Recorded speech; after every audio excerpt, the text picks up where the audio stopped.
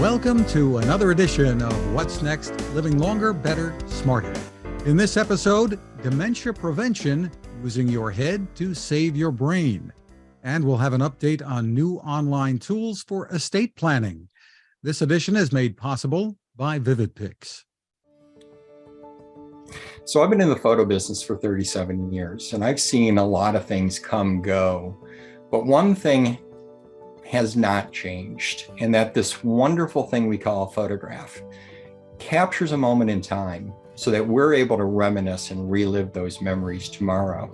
And it's important for us to do that so we can share them with loved ones and we can share them with future generations. So please don't let your memories fade. They're important.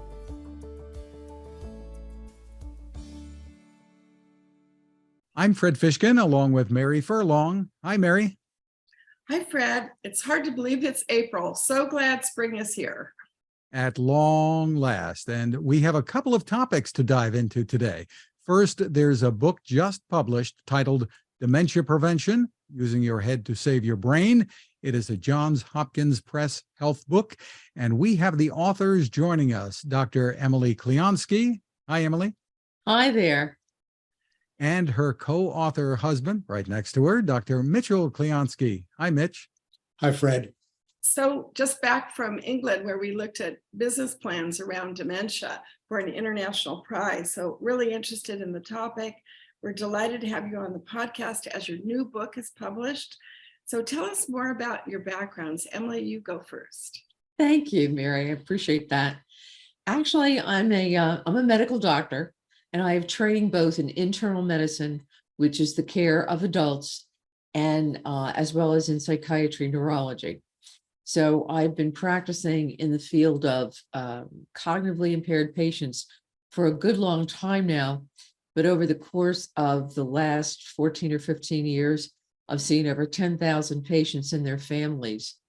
And they're generally medically very complex people, and the dementias that they present with are varied and very challenging.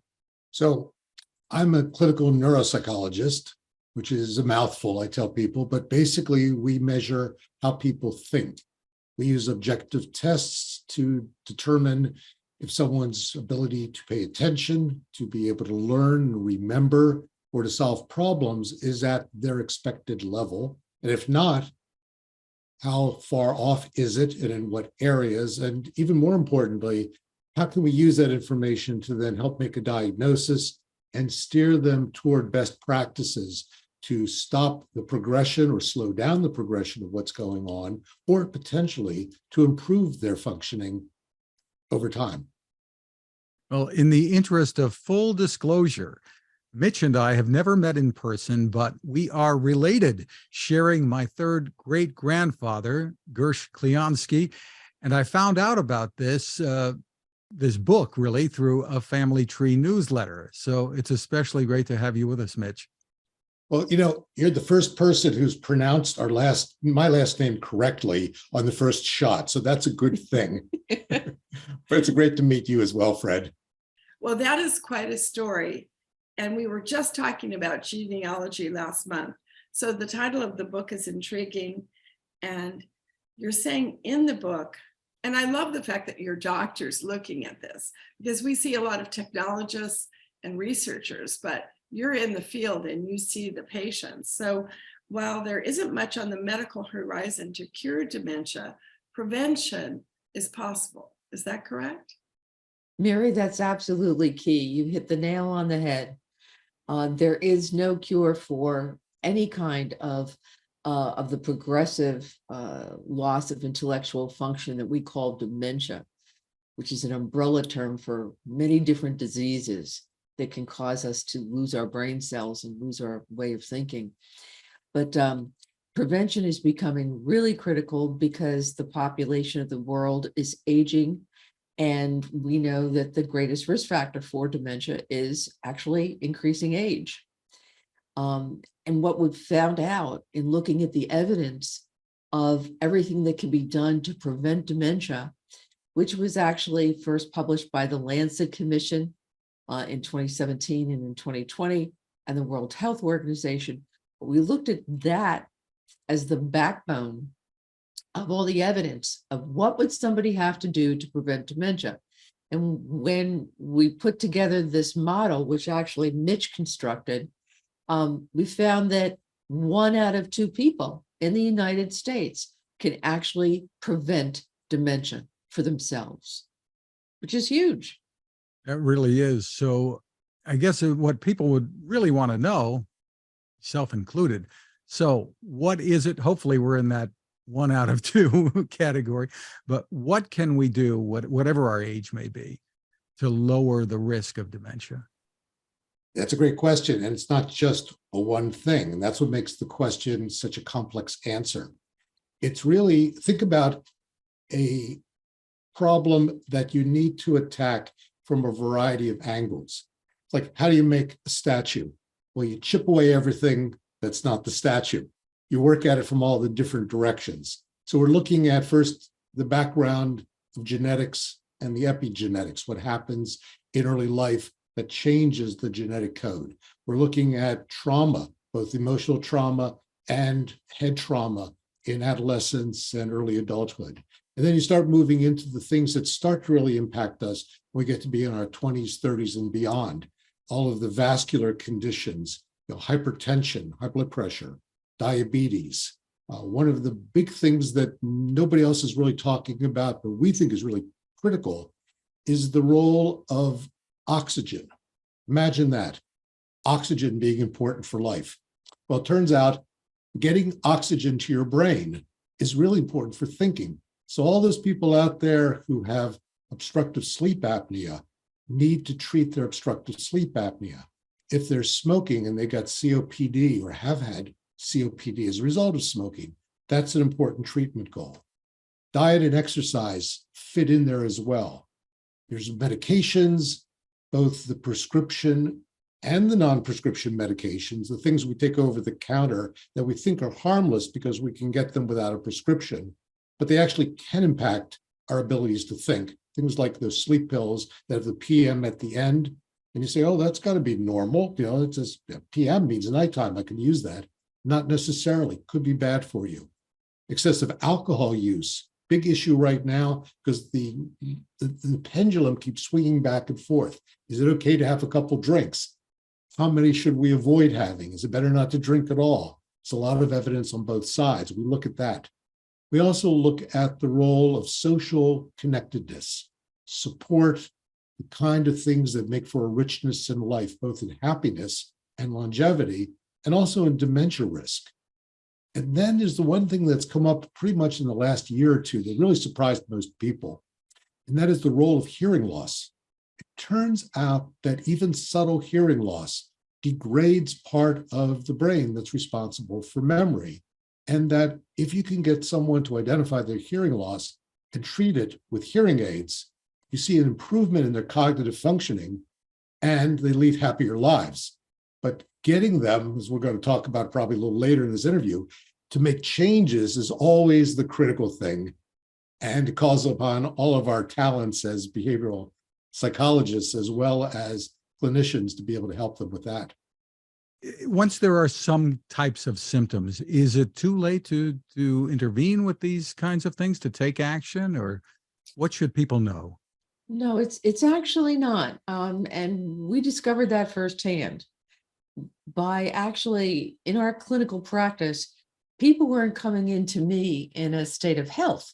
They were coming into me because their children were bringing them in or their spouse was bringing them in saying, gee, she can't remember what I told her last week, or she's putting the ice cream in the microwave, or he couldn't get the Thanksgiving dinner on the table all at the same time, and the turkey was half cooked. So, their spouses, their friends, their relatives were bringing them in. And so what I actually did clinically was took a look at everything that was correctable and reversible, fix the vitamin B deficiencies, fix the iron deficiencies, fix their sleeping and their breathing problems, fix their oxygen levels, get them to quit smoking, get them off those sleep medications, get them off those urinary incontinence medications and switched them to something else. So in other words, by correcting everything that was fixable and by starting standard of care medication for dementia, we actually stabilized those people in their cognition so that they didn't get worse.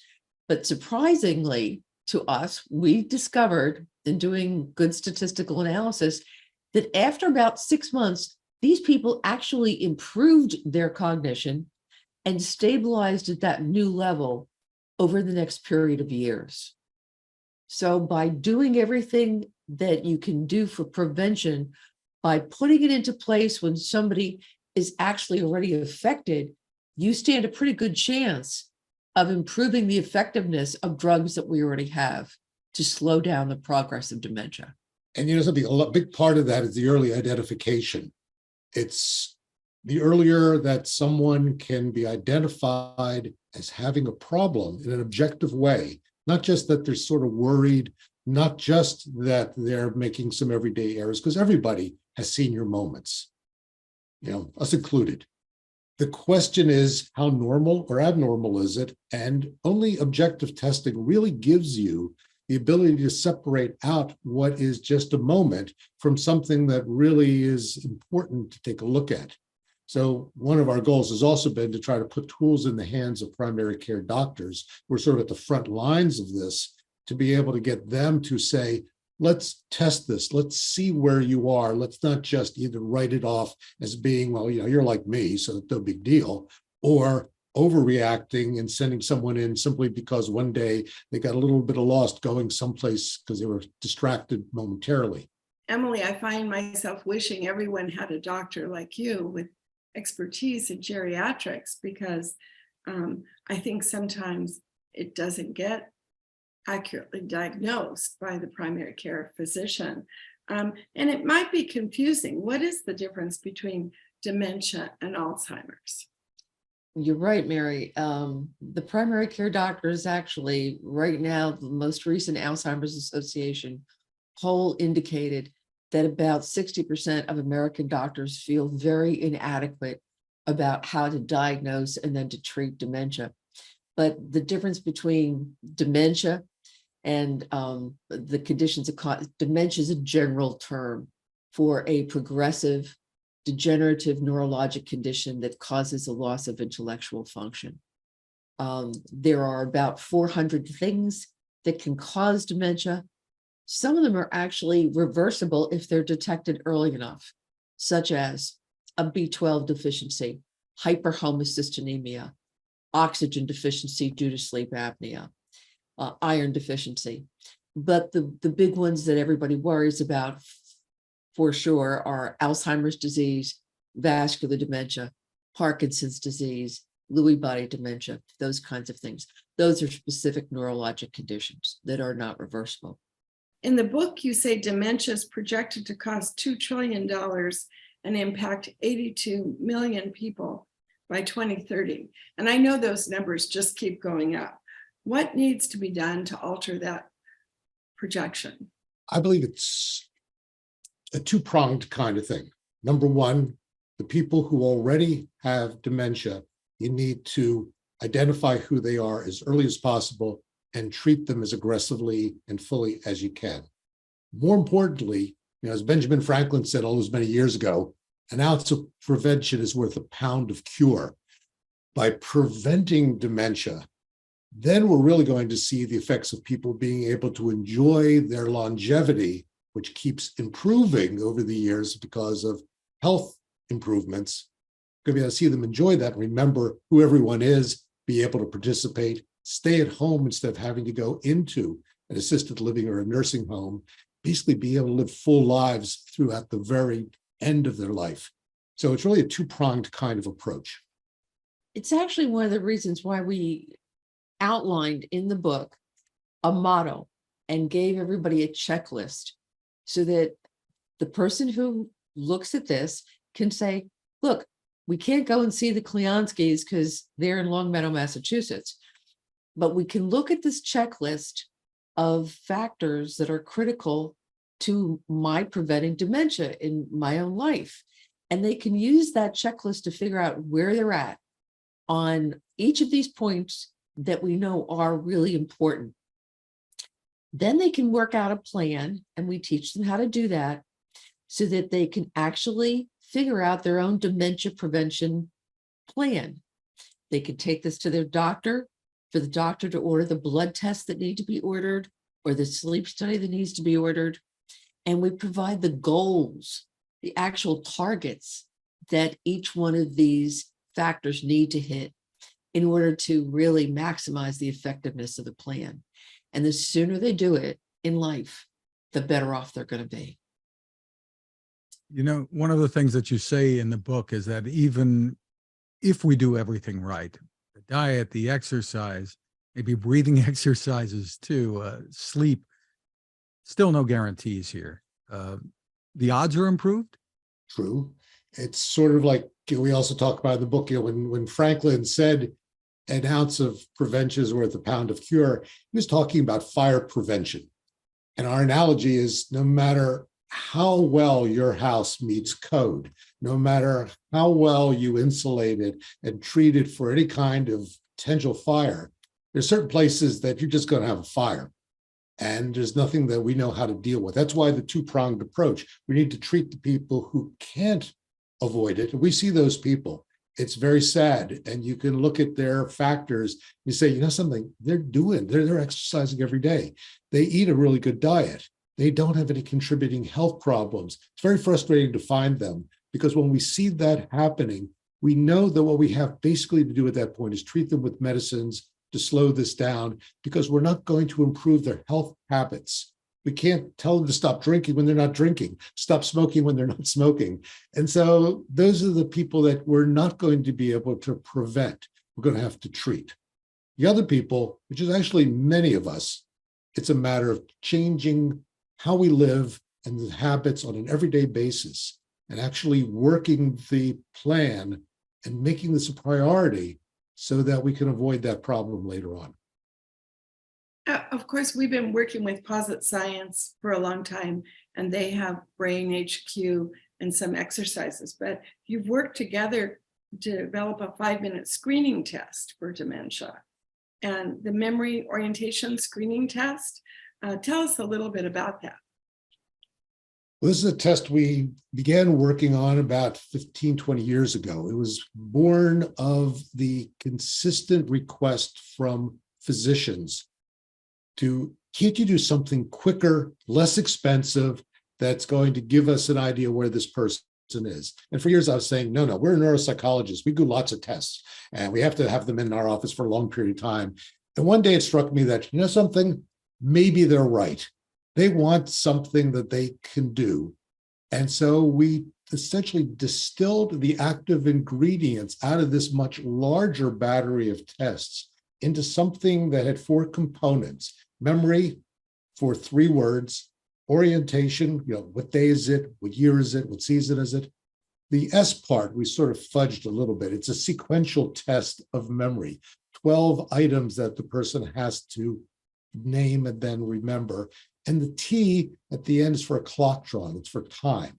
So the memory orientation screening test becomes the most. The amazing thing about this is that in 5 minutes, and we've tested this clinically on really demented people, you can give this test, score it, and get a report in 5 minutes. Will give you a very accurate idea of, is this normal? Is this mild cognitive impairment?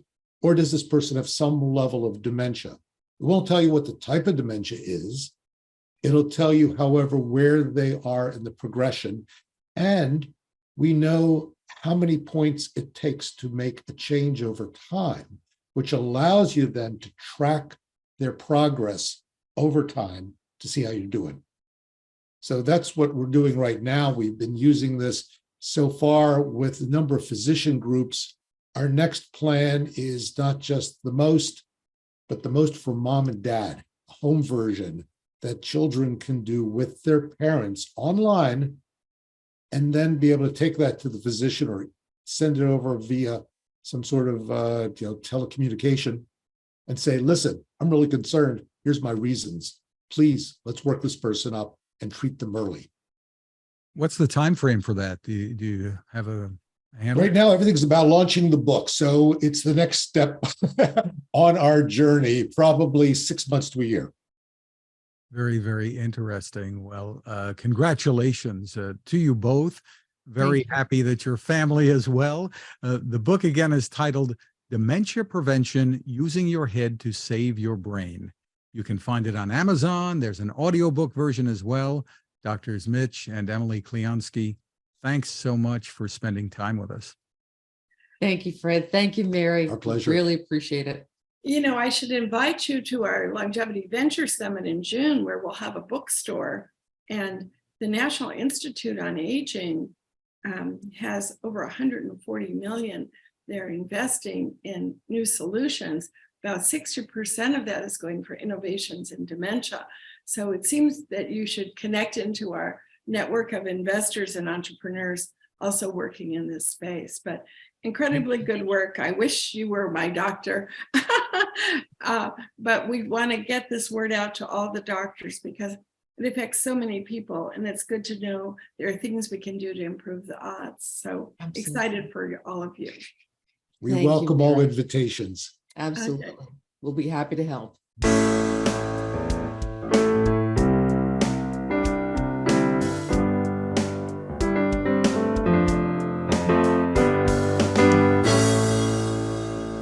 Mary, there's something else we should all be doing something about and is often neglected, and that is estate planning. Joining us, we're happy to have Good Trust co-founder Daniel Seberg. Hi, Daniel. Hi, Fred. Hi, Mary. It is wonderful to be with both of you. Daniel, great to see you again. We are really excited about the work that Good Trust is doing, and we're excited to see you're expanding the scope of your services. So let's tell everyone what you do and the latest. And you have such a strong team. So what have you brought to the table now? They are a phenomenal team, Mary. Thank you for acknowledging them. And, you know, nobody gets to the top of any mountain without the support of so many and the work of others. And we've been at this now for about 3 years. Good Trust started with a focus on digital legacy. So what happens to any of your digital life after you pass away? We evolved into thinking about protecting what matters. And so that expanded into both your digital life, but also, of course, your real one, if you will, your physical possessions, your heirlooms, your children, guardianship, the kind of the estate planning part of what we do. So we have just recently launched a revocable trust as part of our estate planning suite of products. So people can create their entire estate plan, that starting with a will or a trust, which includes a pour over will. So kind of the key components of the parts of a will that would need to be added to a trust are within that. And then you can also create advanced healthcare directive, your funeral plan, even ensure your pets are taken care of, a durable financial power of attorney. And all of that can be done in less than about 30 minutes with some preparation in advance. But you know, you mentioned, Fred, off the top about how few of us are taking the time to do this, even when it's only less than 30 minutes. And a data point for us to all think about is that about 1 in 3 of us under 54 has had any conversation about estate planning with anybody. And so it's something that we think about, we know we need to do. It's something we put off, we procrastinate, we worry that it's going to jinx us. There's some superstition behind it. It feels scary. You know, run through all the reasons that we stop ourselves from doing something we know we need to do. But we want to create the most seamless, frictionless, and maybe even enjoyable experience for people to obtain that peace of mind. You know, maybe you can explain a little bit, Daniel, about what revocable trust is and who it may be right for. So a revocable trust is helpful for anybody who wants to avoid probate court and is concerned about how that will be managed. It does tend to involve people who are thinking about their estate, about property, how their money will be managed. It's something that you can adjust over time. It's, the reality is that more of sort of single digit percentage of people would need a trust to manage their own estate. And one thing I will say about a trust is it's typically more expensive if you want to work with a lawyer or even another site. So as we approached creating the flow or the kind of the customer experience for going through our site and creating a trust, we thought, well, why don't we disrupt the industry a little bit to some degree and offer the same price, whether it's a will-based estate plan or a trust-based estate plan. So we landed on $149 after doing as much due diligence as we could to understand the market and what people were either able to pay or willing to pay, and kind of all of the considerations that go into it. And that's where we landed, which we think is competitive. But beyond that, we really wanted to ensure that it's verified by attorneys, that this is something that we stand behind and that people can trust. I mean, our company name is Good Trust, and we could joke all day long that trust isn't our name, but the reality is that you build trust over time. And as a relatively young company, we have a lot of work to do to just ask people to think about creating their estate plans with us, whether it's a trust or will. And that's a big step for a lot of people. And, so we take that very seriously. So I mentioned your team before, and I've gotten to know them well, and ex-Google in some cases, right? And so you have a lot of talent, and I love it when talented people are coming into the longevity sector, as you have, and also disrupting the industry. So you're making this very affordable. What is included? How does it work? So, and thank you, Mary. I mean, the team is super talented. A few people have come from a estate planning or legal background to some degree. Others of us are more sort of on the tech side, maybe, or product and that kind of thing. But across the board, I think we collectively wanted to almost to start from scratch and to think about what would be the most efficient and effective way to create an estate plan. And there are models for this to some degree when you think about your taxes. And, for most of our, pre kind of connected life, doing taxes in the 90s and so on was, something we dreaded. It was tedious. It was analog. Maybe you needed a tax attorney or whoever it was.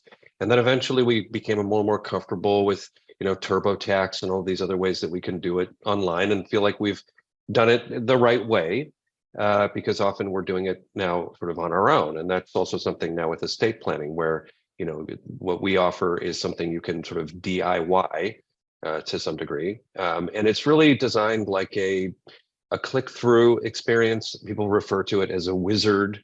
So we ask you questions, you fill in the blanks. It's a sort of a click here, click there, click to accept, print and download and that kind of thing. And then we also have a digital vault. And so just as that sounds, it's the opportunity to store important documents. So you can take all of your estate planning documents, upload them to your Good Trust digital vault, and then share that, access to that, sort of give the keys to it to any trusted contact. They can see and access all of that. You decide. And then in addition, I mentioned the digital legacy part. We haven't stopped thinking about what happens to your digital life after you pass away. And so we make it possible, for example, in the will flow to designate what happens to certain accounts, your social media, your cryptocurrency, whatever it is. This is all now part of our existence. We spend roughly 7+ hours a day online in some capacity. So there's an increasing need to think about how all of this is managed. And it can be just as meaningful. The photos that are in your Google account can be just as meaningful as the few $1,000s in a savings account to want to pass on to people, if not more so. So these are sometimes priceless, irreplaceable memories. And so there's a whole effort we have around how to capture this, how to share it in a way that feels meaningful, and how to secure it. Because of course, a lot of this comes down to just the good old fashioned internet security, which is something that we also spend a lot of time on. So for $149, you can create a will and a trust. Is that for a family or an individual? And is there a subscription attached to this as well? That's a great question, Fred. So you can do it for a family. So other individuals in your family can also create their documents and then have their own kind of an experience to manage them within a digital vault. They'd have their own account, but they could do it under that one plan, a family plan. So for that $149, we think that it's, an opportunity for a couple, a family to take advantage of this. Maybe you have adult children and, there's a way to all do it together at the same time, have a conversation about it. There are lots of tips online as to how to sort of open the door to these conversations, where we talked about most people keep this kind of hidden. So how do you bring it to the light? But it is $149 for that first year. And then there's a $39 per year membership, which we want to continue to expand and add value to. Why would you want to be a Good Trust member? I think we think that the first and one of the primary reasons is that you can go in and edit and update any of your documents at any time. And so if you think of membership as kind of like retaining access to that digital vault, even if you feel like, I just want to do this once, I don't want to have to, think about this all the time, at least that you can go back and make those changes when you need to, and ensure that, whatever life moments take place are reflected in your estate planning.